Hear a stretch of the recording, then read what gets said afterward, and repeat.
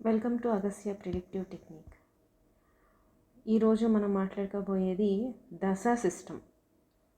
So జన్మజాతకంలో ఉన్న గ్రహాలని, భావాలని, గ్రహాలు షేర్ చేసుకుంటున్న ఎనర్జీని, ఇదంతా మనకి strength of the planet, very very important, identifying the strength of the planet. ఇది అయిపోయిన తర్వాత very very important step dasha system. అంటే ఏ దశలో, ఏ భుక్తిలో, ఏ ఈవెంట్ మనం ఏ సంవత్సరంలో, ఏ నెలలో మనం చూస్తాం. ఆ జాతకుడికి సంబంధించి మ్యారేజ్ ఎప్పుడవుతుంది, ఏమిటి అన్నది, ఏ కాలమానం, ఏ టైంలో ఇది జరుగుతుంది, సంతానం ఎప్పుడు కలుగుతుంది, ఇల్లు కొనుక్కుంటే ఎప్పుడు కొనుక్కుంటారు, లేదా ఇల్లు కట్టుకుంటే ఏ సంవత్సరంలో కట్టుకుంటారు.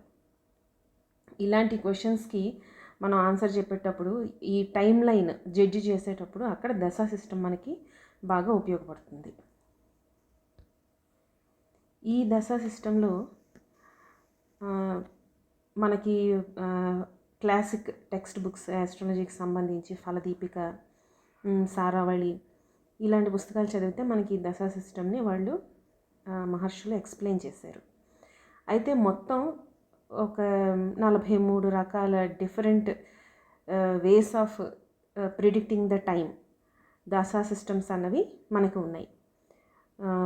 ఆ వింశోత్తరి దశా సిస్టమ్ అని, అది 120 ఇయర్స్ ఉంటుంది. అంటే వింశోత్తరి అంటే సాంస్క్రిట్లో 120 అనమాట. తర్వాత అష్టోత్తరి అంటే పేరులోనే ఉంది, అష్టోత్తరి 108 ఇయర్స్. వింశోత్తరి 120 ఇయర్స్, అంటే మనిషి వ్యక్తి తాలూకా లైఫ్ స్పాన్ని ఈ కలియుగం ప్రకారం 120 ఇయర్స్ ఇచ్చారనమాట.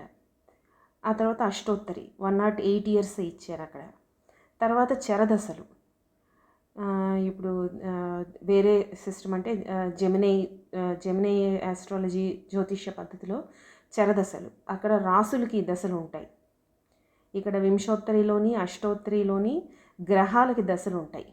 వీనస్ మహాదశ, లేకపోతే జూపిటర్ మహాదశ, కేతు మహాదశ, కుజ మహాదశ, శని మహాదశ, ఇలాంటివి గ్రహాలకి ఇచ్చారనమాట వింశోత్తరి, అష్టోత్తరి దశా సిస్టంలో.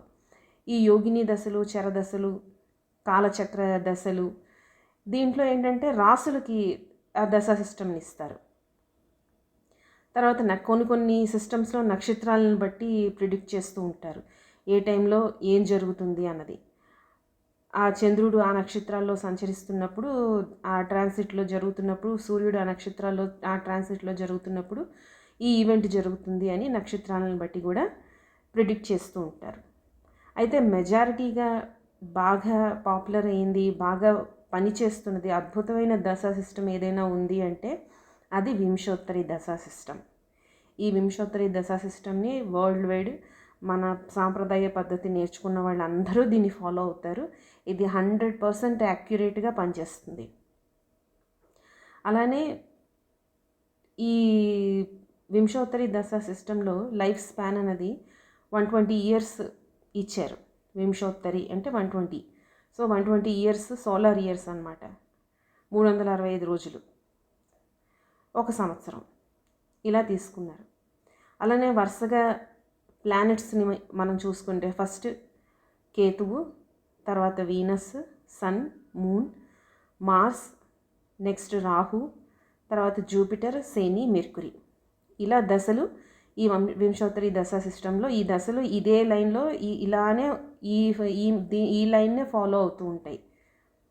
సో ఇలా ఇవ్వడానికి రీజన్ కూడా ఉంది, ఎందుకంటే అక్కడ కేతు నక్షత్రం అశ్విని నక్షత్రంతో మనకి స్టార్ట్ అవుతుంది. మనం చిన్నప్పుడు చదువుకున్న 27 నక్షత్రాలు, 12 రాసులు బట్టి కొట్టాం మనం. అశ్విని, భరణి, కృతిక, రోహిణి, మృగశిర, ఇవన్నీ మనం చిన్నప్పుడు చదువుకున్నవే. సో ప్రతి గ్రహానికి ఫిక్స్డ్ ఇయర్స్ ఉంటాయన్నమాట, అన్నిటికీ ఈక్వల్గా ఉండదు. 120 ఇయర్స్ అంటే ఈ 9 గ్రహాలకి ఒక్కొక్క గ్రహంకి కొన్ని సంవత్సరాలు అన్నవి నిర్దిష్టంగా ఇవ్వబడి ఉన్నాయి. వాటిలో ఏంటంటే ఫస్ట్ కేతుదశ. కేతుదశకి 7 సంవత్సరాలు. మహాదశ అంటే ఏం లేదు, మహా అంటే పెద్దది అని చెప్పడం అనమాట, అంతే. సో కేతువుకి 7 సంవత్సరాలు ఇచ్చారు. కేతు తాలూకు నక్షత్రాలు అశ్విని, మఘ, మూల. ఆ తర్వాత శుక్రదశ స్టార్ట్ అవుతుంది. శుక్రుడిది అన్నిటికన్నా అతిపెద్ద దశ, 20 సంవత్సరాలు. శుక్రుడికి 3 నక్షత్రాలు ఇచ్చారు. అన్ని గ్రహాలకి 3 నక్షత్రాలే ఇచ్చారు. శుక్రుడి తాలూకా 3 నక్షత్రాలు భరణి, పుబ్బ, పూర్వాషాఢ. తర్వాత సూర్యుడికి అతి తక్కువ 6 ఇయర్స్ మాత్రమే ఇచ్చారు. సూర్యుడికి ఇచ్చిన 3 నక్షత్రాలు కృతిక, ఉత్తర ఫల్గుని, ఉత్తరాషాఢ. తర్వాత సూర్యుడి తర్వాత చంద్రుడికి 3 నక్షత్రాలు ఇచ్చారు. రోహిణి, హస్త, శ్రవణం. అలాగే చంద్రుడి తాలూకా మహాదశ 10 సంవత్సరాలు ఉంటుంది. తర్వాత కుజదశ, తమిళ్లో చావా అంటారు, మంగళుడు, కుజుడికి 7 ఇయర్స్ ఇచ్చారు. అలాగే కుజుడికి ఇచ్చిన 3 నక్షత్రాలు మృగశిర, చిత్త, ధనిష్ట. రాహుకి మళ్ళీ 18 సంవత్సరాలు ఉంటుంది. రాహు మహాదశ.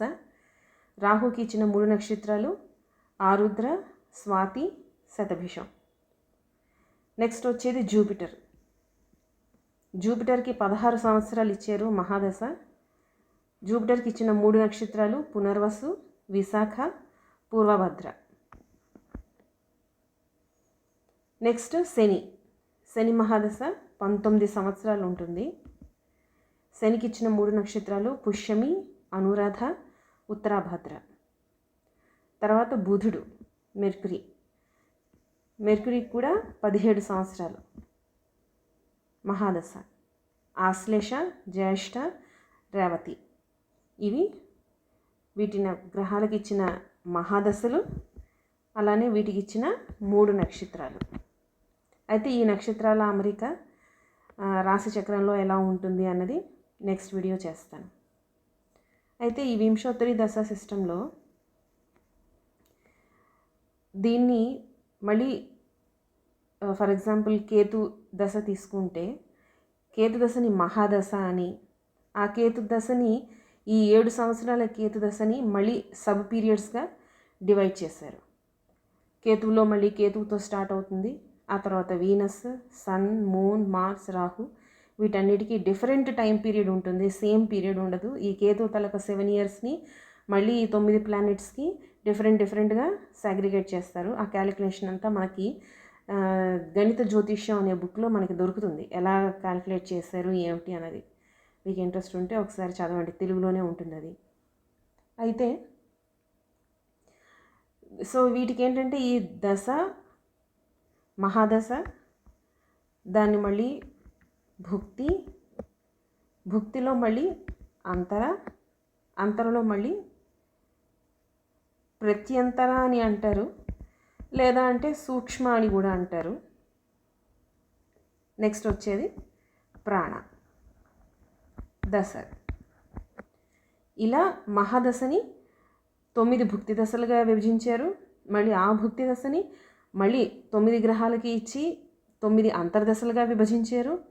మళ్ళీ ఈ అంతర్దశల్ని 9 ప్రత్యంతర సూక్ష్మ దశలుగా విభజించారు. ఈ సూక్ష్మ దశ ఒక దశను తీసుకొని మళ్ళీ ప్రాణదశగా విభజించారు. ఇది మీకు జన్మకుండలి అని ఏ సాఫ్ట్వేర్లో అయినా మీరు డేట్ ఆఫ్ బర్త్ అది ఎంటర్ చేస్తే మీకు ఈ క్యాలిక్యులేషన్స్ అన్నవి మీకు అక్కడ కనిపిస్తాయి దాంట్లో. అయితే ఈ దశా సిస్టమ్ నుంచి మనం ఏం చూస్తాం, ఎందుకు ఇది ఇంత ఇంపార్టెంట్?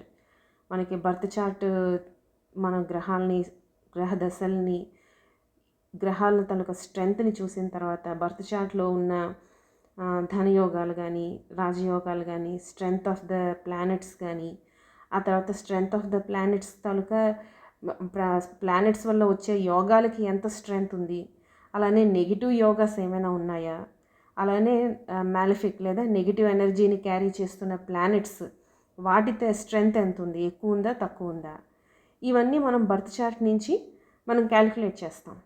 కానీ వాటి తాలూకా ఈ రిజల్ట్ అన్నది మనం వింశోత్తరి దశ సిస్టమ్ నుంచే ఆ టైం పీరియడ్ని జడ్జ్ చేస్తాం. అంటే మనిషికి కెరీర్లో గ్రోత్ అనేది ఎప్పుడు వస్తుంది, ప్రోగ్రెస్ అనేది ఎప్పుడు వస్తుంది, ప్రమోషన్ ఎప్పుడు వస్తుంది, పెళ్ళి ఏ ఇయర్లో అవుతుంది, ఏ మంత్లో అవుతుంది, లేదా ఎనీ రిలేషన్షిప్స్,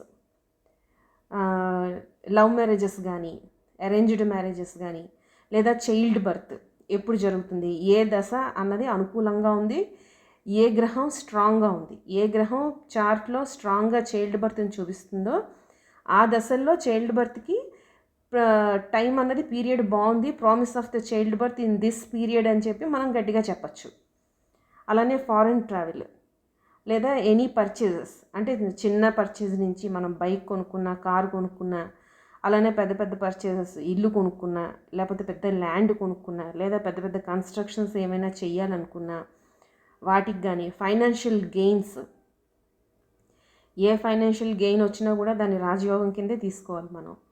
ఫైనాన్షియల్ గెయిన్స్ కానీ, లేదా ఫైనాన్షియల్ లాసెస్ కానీ, ఈ టైంలో లాస్ జరుగుతుంది, కొంచెం ఈ సంవత్సరంలో జాగ్రత్తగా ఉండండి, ఖర్చులు చూసుకోండి, లేదంటే ఈ ఇయర్లో మీకు హెల్త్ ప్రాబ్లమ్స్ వచ్చే ఛాన్స్ ఉంది, కొంచెం జాగ్రత్తగా ఉండండి అని చెప్పడానికి మనకి ఆస్కారం దొరుకుతుంది. మనం క్యాలిక్యులేషన్ చేసి చెప్పచ్చు ఈ వింశోత్తరి దశా సిస్టమ్ ప్రకారం. అలానే మేజర్ లైఫ్ ట్రాన్సిషన్స్, అంటే బర్త్ ఆఫ్ ద చైల్డ్ కానీ, లేదా డెత్ ఆఫ్ ఎనీబడి. యూజువల్గా డెత్ అనేది మనం ప్రిడిక్ట్ చెయ్యం, క్యాలిక్యులేషన్స్ అయితే ఉంటాయి, కానీ నేను మీకు ఈ పబ్లిక్ ప్లాట్ఫామ్ మీద నేను ఆ రూల్స్ అవి చెప్పను.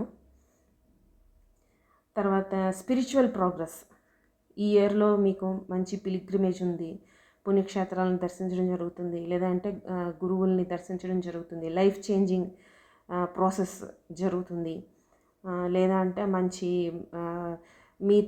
మీరు చేసిన వర్క్ వల్ల గుర్తింపు, మంచి అవార్డ్స్ కానీ, రివార్డ్స్ కానీ, కీర్తి ప్రతిష్టలు, నేమ్ అండ్ ఫేమ్ జరగడం కానీ, లేదా కొంతవరకు యాక్సిడెంట్స్ కూడా ప్రిడిక్ట్ చేయొచ్చు. అలానే పెద్ద పెద్ద సైంటిస్టులు వాళ్ళు చేసే ఇన్వెన్షన్స్, పిహెచ్డీస్ చేయడం కానీ, సైంటిస్ట్స్ జాతకాల్లో ఈ పీరియడ్లో వీళ్ళు మంచి ఇన్వెన్షన్ చేయడానికి ఛాన్స్ ఉంది, ఏదైనా కొత్తగా కనిపెట్టడానికి, దేశానికి ఉపయోగపడేలా. ఇలాంటివన్నీ ఏ టైం పీరియడ్ని మనం జడ్జి చేయాలి అంటే అక్కడ మళ్ళీ మనం వింశోత్తరి దశా సిస్టమ్నే ఫాలో అవ్వాలి. మనకి కేపీలో కానీ ఈ వింశోత్తరి దశా సిస్టమ్ అద్భుతంగా కృష్ణమూర్తి గారు సబ్లాట్స్ని తీసుకొచ్చి మళ్ళీ ఆ వింశోత్తరి దశా సిస్టమ్ పెట్టి యాడ్ చేసి అద్భుతమైన రూల్స్ చెప్పారు. అవి కూడా చాలా బాగా పనిచేస్తాయి. వాటి గురించి కూడా మనం డిస్కస్ చేసుకుందాం ఫర్దర్ ఫ్యూచర్ వీడియోస్లో. అయితే ఇక్కడ నక్షత్రాల అమరిక ఇలా ఉంటుంది. ఈ నక్షత్రాల అమరిక గురించి ఇక్కడే కంటిన్యూ చేసేద్దాం. అశ్విని 4 పాదాలు, భరణి 4 పాదాలు, కృతిక 1 పాదం. అయితే మనం చెప్పుకున్నట్టు ఒక నక్షత్రం 13 డిగ్రీల 20 నిమిషాల నిడివి తీసుకుంటుంది. ఒక రాశి 30 డిగ్రీలు ఉంటుంది, మోర్ ఆర్ లెస్. మళ్ళీ రాసుల్ని మనం 3 రకాలుగా విభజించుకున్నాం, దీర్ఘరాశులు, హ్రస్వరాశులు, సమరాశులు అని. అలాగే ఒక నక్షత్ర పాదం 3 degrees 20 minutes ఉంటుంది. సో ఇలా ప్రతి రాశిలోని ఎన్ని పాదాలు ఉంటాయి? 9 పాదాలు. ఈ 9 పాదాల్లో ఇక్కడ అశ్విని 4 పాదాలు, భరణి 4 పాదాలు, కృతిక 1 పాదం, మొత్తం ఇక్కడ 9 అయిపోయి. నెక్స్ట్ రోహిణి, ఇక్కడ 1 పాదం అయిపోయింది. నెక్స్ట్ 2, 3, 4 ఇక్కడ కృతికకి 3 ఇక్కడ సెట్ చేశారు. తర్వాత రోహిణి మళ్ళీ 4 పాదాలు, మళ్ళీ మృగశిర ఇక్కడ 2 పాదాలు, మళ్ళీ ఇక్కడ 9 పాదాలు. మృగశిర ఇక్కడ 2 ఉన్నాయి కదా. నెక్స్ట్ మిథునంలో 3, 4 ఇక్కడ 2 పాదాలు, ఇక్కడ 2 పాదాలు, 4 పాదాలు, మృగశిరకి 4 పాదాలు ఇలా సెట్ చేశారు. తర్వాత ఆరుద్ర సెట్ చేయడం అంటే పైన మనకి స్పేస్లో ఎలా కనిపిస్తున్నాయో అలానే దీన్ని సెట్ చేశారనమాట. అది సెట్టింగ్ అంటే. ఆరుద్ర ఇది రాహు నక్షత్రం, మృగశిర ఇది మార్స్ నక్షత్రం, రోహిణి చంద్ర నక్షత్రం, కృతిక సూర్య నక్షత్రం, భరణి శుక్ర నక్షత్రం వీనస్, అశ్విని కేతు నక్షత్రం. నెక్స్ట్ పునర్వసు జూపిటర్ నక్షత్రం. ఇక్కడ 3 పాదాలు ఇచ్చారు, మళ్ళీ ఇక్కడ 9 పాదాలు ఫినిష్ అయ్యాయి. 2, 3, 2, 4, 3. నెక్స్ట్ పునర్వసు 4వ పాదం ఒకటి మిగిలిపోయింది కదా, అది ఇక్కడ పెట్టారు. పుష్యమి శని నక్షత్రం, ఆశ్లేష మెర్కురీ 4, 4, 8, 1, 9 కంప్లీట్ అయిపోయి. మళ్ళీ మఖ దగ్గరకు వచ్చేసరికి మళ్ళీ మనకి కేతువే రిపీట్ అవుతుంది. కేతు నక్షత్రం. కేతు తర్వాత ఇక్కడ రాస్తాను చూడండి.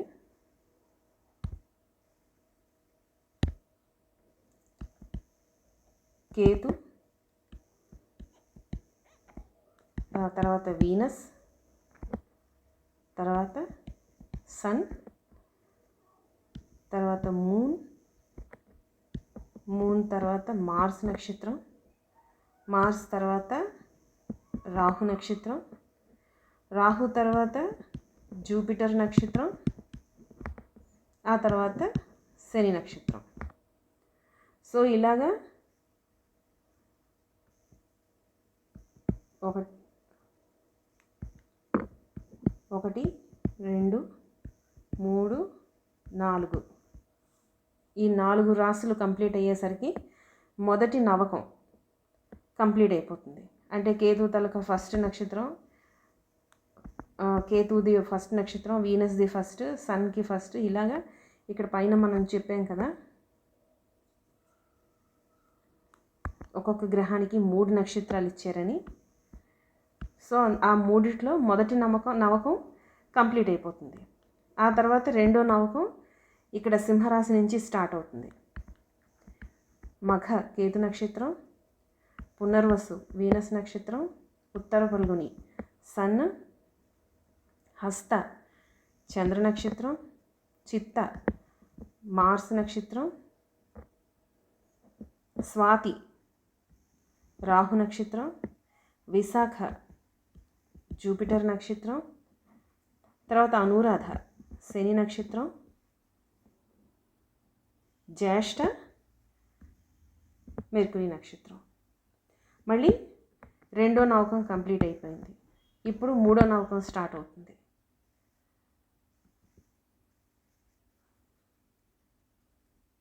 మూల కేతు నక్షత్రం,